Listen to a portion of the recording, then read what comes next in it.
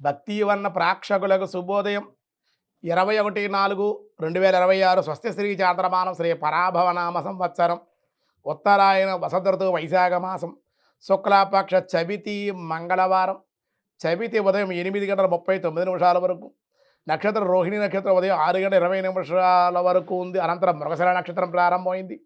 వర్జ్యం ఉదయం 11:33 నుండి 1:02 వరకు కూడా వర్జ్యాలు ఉన్నాయి. దుర్ముహూర్తం ఉదయం 8:13 9:03 వరకు, రాత్రి 10:48 నుండి 11:34 వరకు కూడా దుర్ముహూర్తాలు. సూర్యోదయం 5:42, సూర్యాస్తమయం 6:12.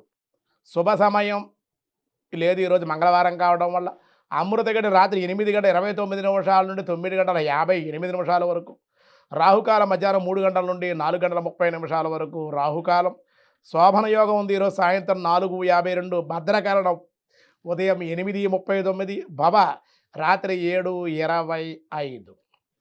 ఈరోజు దినారంభ చక్రంలో మేషరాశి వారికి బంధువుల కలయిక, వారితో సఖ్యత లేకపోవట, వివాదాలు ఉండే అవకాశం ఉంది. వృషభ రాశి వారికి ఎంత ధనము వచ్చినను మంచినీళ్ళ వల్లే ఖర్చు అయ్యే అవకాశం ఉంది కాబట్టి ఖర్చులు ఈరోజు నిరోధించుకుని పొదుపు పాటించడం మంచిది. మిథున రాశి వారి కోర్టు వ్యవహారాల్లో జయము, పూర్వీకుల నుండి వచ్చే స్థిరాస్తుల వల్ల లాభాలు ఉండే అవకాశం.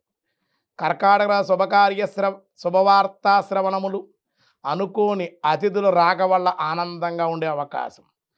సింహరాశి వారి పెద్దల సహకారంతో కొన్ని పనులు నెరవేరుట, సంఘంలో గుర్తింపు గౌరవం ఉంటుంది. కన్యారాశి వారి ధనవృద్ధి, ఉద్యోగ వ్యాపారాల్లో మార్పులు ఉంటాయి. తులారాశి వారి మనస్సు నిలకడ లేకపోవుట, కొత్త సమస్యలు తలెత్తే అవకాశం. వృశ్చిక రాశి వారి రుణములు జారీయగుట, నూతనమైన గృహ వాహన లాభాలకి అవకాశం ఉంది. ధనస్సు రాశి స్థిరాస్తుల విషయంలో మీకు మేలు జరిగే అవకాశం ఉంది. ఆ ప్రయత్నాల వల్ల అనుకోని జయం కూడా కలుగుతుంది. మకర రాశి వారికి విద్యార్థి ఉన్నత శ్రేణిలో ఉత్తీర్ణత పొందుట, కుటుంబ ఆనందం.